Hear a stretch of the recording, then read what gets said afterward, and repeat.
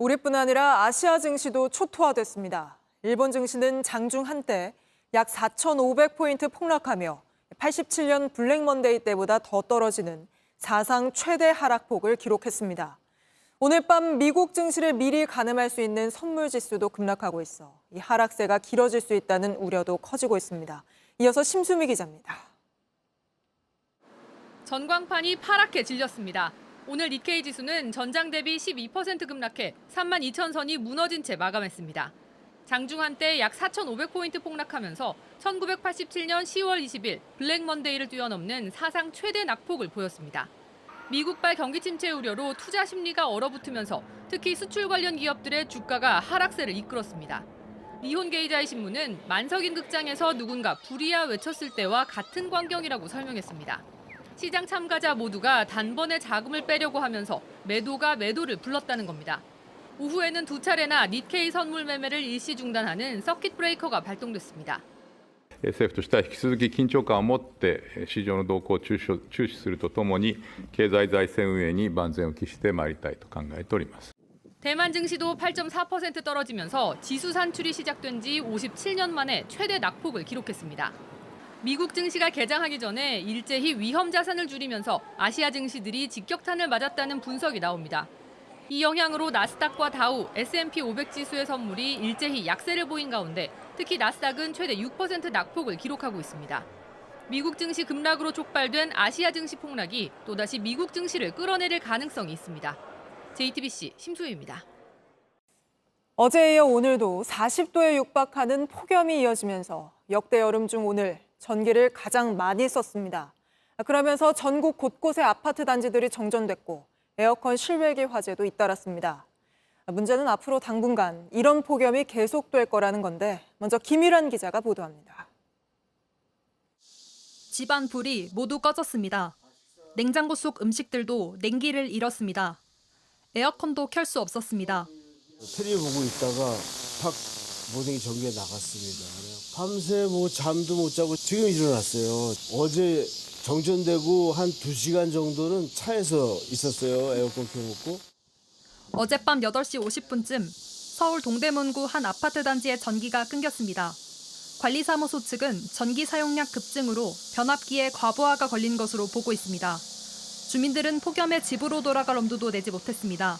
차 타고 헤매고 있는데 아직도 안 됐네요. 그가 15층이라서 올라가기가 무서워서 지금. 같은 날 경기 포천의 한 아파트도 전기가 끊겼고 지난 2일 광주 남구에선 3,000세대가 넘는 아파트의 전기가 끊겼습니다.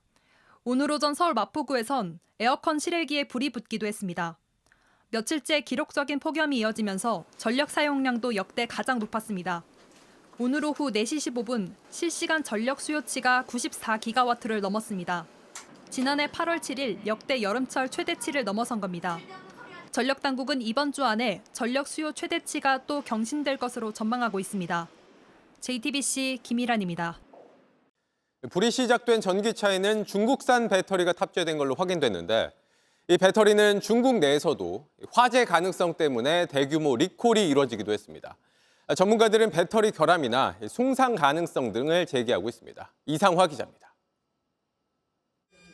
불이 난 벤츠 전기차는 중국 파라시스의 니켈 코발트 망간 NCM 배터리를 탑재한 것으로 확인됐습니다.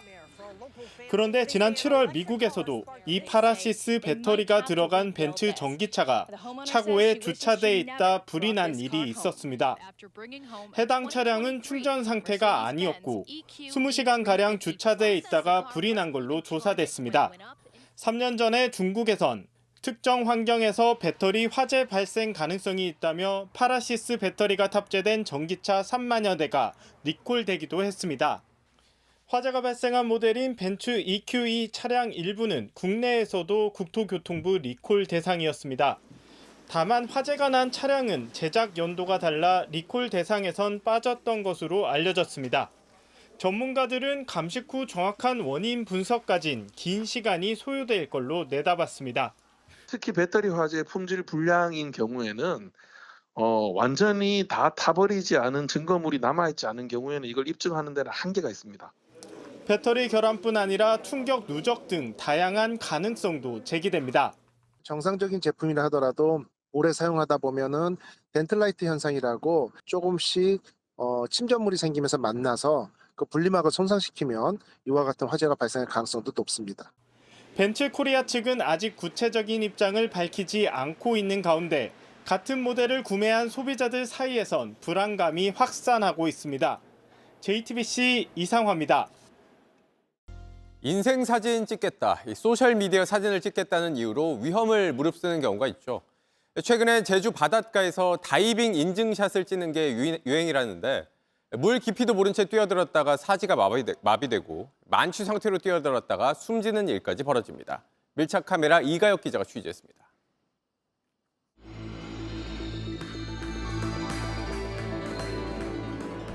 온라인에서 이른바 다이빙 성지, 다이빙 핫플레이스라고 불리는 제주시 세기알 포구입니다. 이쪽 보시면은 다이빙 위험 지역이라는 걸 알리는 안내문도 붙어 있는데요. 지금은 낮 시간이라서 사람이 그렇게 많은 편은 아니지만 밤이 되면 이곳은 완전히 분위기가 달라집니다. 다이빙 사고가 잦은 이곳, 취재 이틀 전에도 사고가 났습니다. 그분은 이제 물에 뛰어들었다가 그래서 다이빙을 하게 되는데 그쪽에서 머리를 어쨌든 바닥에 부딪히면서 술을 마시고 다이빙하는 사람도 있다는 증언도 나옵니다. 일단 음주 드시는 것도 불편하고 쓰레기도 이렇게 보시면 저것도 불편하고 그러니까 도민들이 싫어하는 거예요. 어쨌든 불편하죠. 술 먹고 수영하는 건 아니잖아요. 기본적으로 상식적으로. 직접 실태를 확인해 봐야겠습니다. 안전요원도 퇴근한 저녁 바닷물이 들어차는 만조가 되자 사람들이 모여듭니다. 가로등에 의지해 바닷속으로 뛰어드는 사람들. 수십 명이 포구에서 다이빙을 즐기고 있습니다. 가까이 가봤습니다. 지금 밤 10시가 넘은 시간입니다. 이쪽 보시면 다이빙 물놀이 위험지역 안내라고 해서 작년과 재작년에 이곳에서 어떤 사고가 있었는지 이렇게 설명을 해 놓았습니다. 이 표지가 좀 무색하게 여전히 많은 시민들이 이곳에서 다이빙을 즐기는 모습을 볼 수가 있습니다.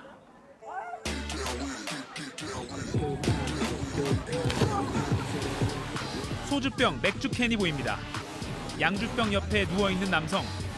다이빙 경고 표지판은 옷걸이가 됐습니다. 막 물에서 나온 사람에게 위험하지 않냐고 물었습니다. 근데 걷다 넘어지고 뛰다 넘어지는 것까지 다 얘기하는 사고 나는 건 진짜 드문 거고 한마디로 비행기도 떨어지면 무서운 거. 또 다른 사람에겐 하지 말라는데 왜 하는 건지 물었습니다.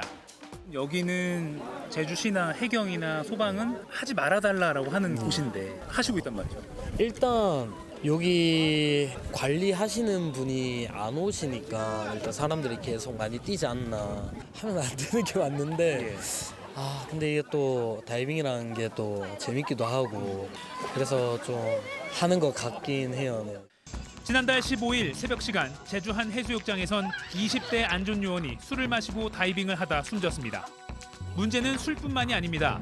수심이 얕은 간조대를 확인하지 않고 무작정 물에 뛰어드는 경우도 많다고 합니다.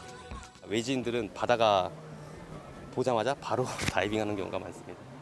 다이빙 자체가 저는 하지 않았으면 좋겠습니다. 이게 잘못되면 큰 부상으로 이어질 수 있기 때문에 바닷가 다이빙을 금지할 규정은 없는 상황. 그래서 지자체와 해경이 자제해달라고 계도하는 수준입니다.